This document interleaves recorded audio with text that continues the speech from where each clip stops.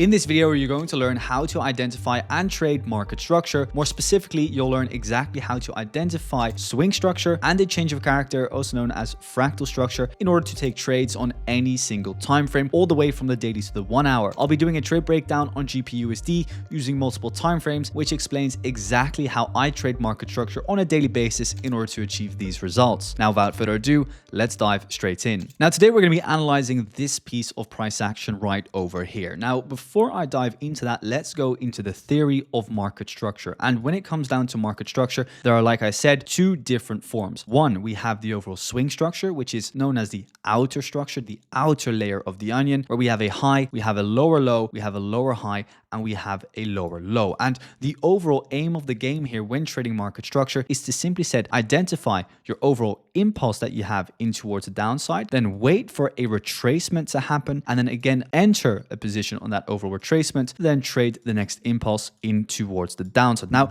this is the whole focus of trading with market structure, understanding when this retracement phase, phase number 2, is over, so that we can enter the position and trade phase number 1, which is called the impulsive phase. So we have these two phases, the impulsive phase, let's just call it I, and we have number 2, which is known as the overall retracement phase, which is that phase number 2. Now, the moment that we enter a position, which is this circle over here, when we actually want to get into a position, that is where we use the inner layer of the onion, the second form of market structure, which is known as a change of character. And a change of character is very simply said, just an overall market structure shift, but then based on the individual candlesticks inside of what is going on inside that overall pullback. So when we look within this overall, let's say, piece of price action that we have over here, your outer layer is going to be from the overall high that we have here in towards the downside that we have over here. This is going to be your overall impulse. The retracement phase is then going to be the pullback in towards the highs. And then the next overall impulsive phase in towards the downside, that is then this phase that we have over here. And again, all we can do is just copy and paste this onto our chart here. And what you'll then see is that we have the number 1 phase, which is the impulse. 2, we have the retracement phase. And then what happens is that the retracement takes place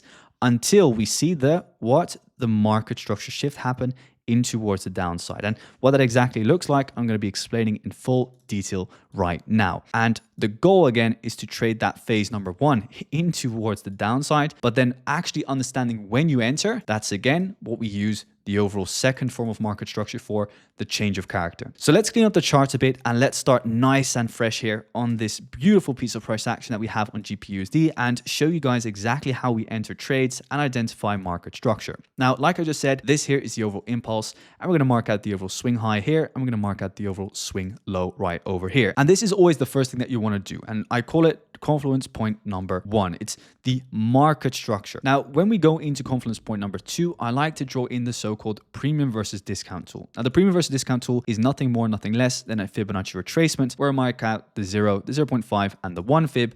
And ultimately, what you're waiting for when trading market structure is for the market to just simply retrace above the 0.5 Fibonacci retracement level, which is the blue line here in the middle. And once that 0.5 Fibonacci retracement has happened, from that moment onwards, we're ready to look for a short position back in towards the downside. Okay, so we have the so-called premium, which is this little orange box that we have, and we have the discount, which is going to be this green box that we have over here. And all I'm simply waiting for is for price to come into my orange box above the 0.5 fib to then have a valid short position in line with the market structure that we have over here, because the market structure is bearish, as we saw the market structure break here to our left, right? We had an overall uptrend where we had higher highs and higher lows. So we had a high, we had a higher low, a higher high, a higher low, a higher high, and then the market sold off in towards the downside, breaking market structure and then forming a lower low. So now that we understand, okay, market structure is bearish, the market has retraced into premium pricing above the 0.5 fib. We're now looking for the 3 remaining confluences that confirm to us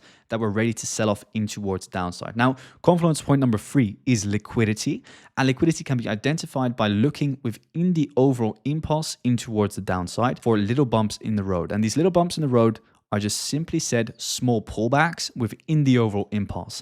And I believe that above every single small pullback, that is where liquidity is positioned. So we had liquidity positioned above high number 1 over here, and we had liquidity positioned above high number 2 over here. Now you can see that the market has retraced into premium pricing above the 0.5 fib. It has retraced into the final point of liquidity, and that market structure is bearish. So we have so far all of the confluences here on the daily time frame to look for a potential short position, confirming that the next impulsive phase in towards the downside has started and that the retracement in towards the upside is now over. Now, if you're looking for a quick cheat code to understand that the market is ready to head in towards the downside, there are two ways to do this. Number one, we look for the liquidity to get grabbed, which we had over here. And number two is that piece of market structure, which I highlighted earlier, which was the second form of market structure, the change of character.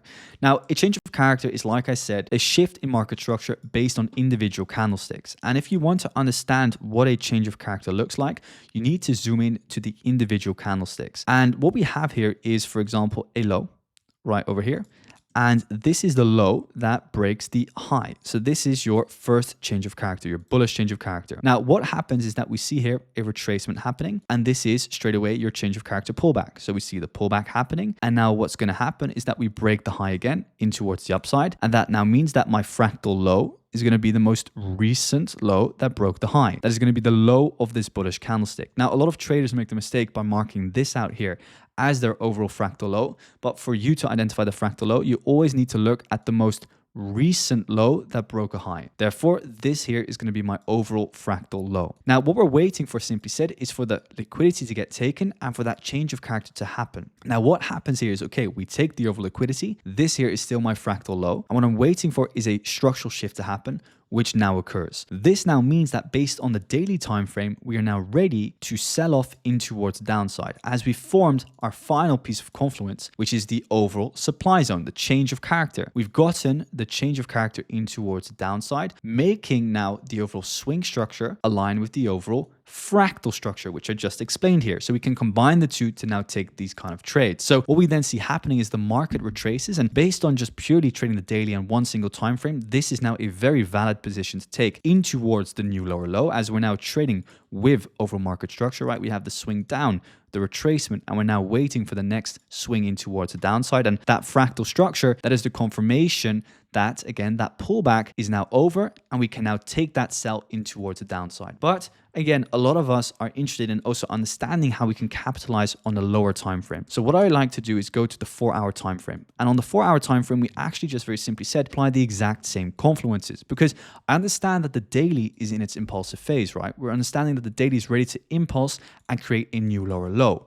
But if you look at the 4-hour time frame, it is likely that a daily impulse is going to be a 4-hour trend completed with pullbacks, impulses, pullbacks, and impulses. So what I do is I go to the 4-hour time frame, and what I do is I mark out the impulse and the pullbacks. So what we have here is the impulse, we had a small pullback, and now again we have an impulse in towards the downside. And what I'm simply doing here is using the exact same confluences that we used on the daily. Again, the 5 ones that we like to use. We have a swing high and a swing low with the bearish market structure break. This is confluence point number 1. We have confluence point number 2, which is our internal liquidity high, which can be marked out as a little pullback within the impulse down. And we have also number 3, which is our area of supply over here. And we have number 4, which is the premium versus discount retracement in towards the highs. So what I'm now simply waiting for is for the market to take out the high, give us the change of character, and then we can take the sell position in towards the downside. So we have, again, the swing structure that is bearish from the high to the low here. And we're now waiting for the overall retracement to be over, for us to take out the liquidity, tap into supply,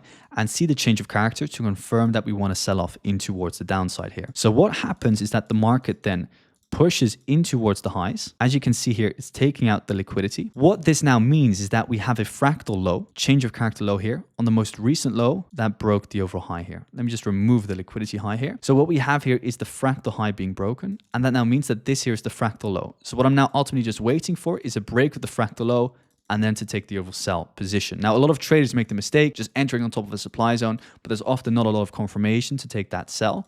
So what we wait for is the overall fractal structure shift, which happened here. That now means that we have a valid entry with the stop loss placed above the highs, targeting a new lower low. And what you can do in these kind of positions is just keep on holding the position. I preferably just use a 1 to 2 risk to reward. But as we're trading the overall daily objective, or the daily trend with the push down, the pull back, and the push down, we expect the overall daily time frame to just continue until the what? Until the overall lower low gets taken out. Now, for the sake of the example, we use a beautiful 1 to 2 risk to reward. And what you'll see here is that with that change of character confirmation, the market then starts selling off back down in towards RTP for a beautiful 1 to 2 risk to reward. As you can see over here, we just adjust it. We swipe to the right. We keep on seeing what price action will do. We then eventually hit our beautiful 1 to 2 risk to reward trade based on the 4-hour time frame. And this overall concept can be used on any single time frame. It works both on the daily, the 4-hour, the 1-hour, and even on the 15-minute time frame. As long as you combine the overall individual time frames together, you'll get these kind of setups. Now, if you enjoyed this video and you want to see more of it, make sure to leave a like and subscribe to the channel. If you have any questions, let me know in the comment section down below, and I can't wait to see you in the next one. Thanks for watching.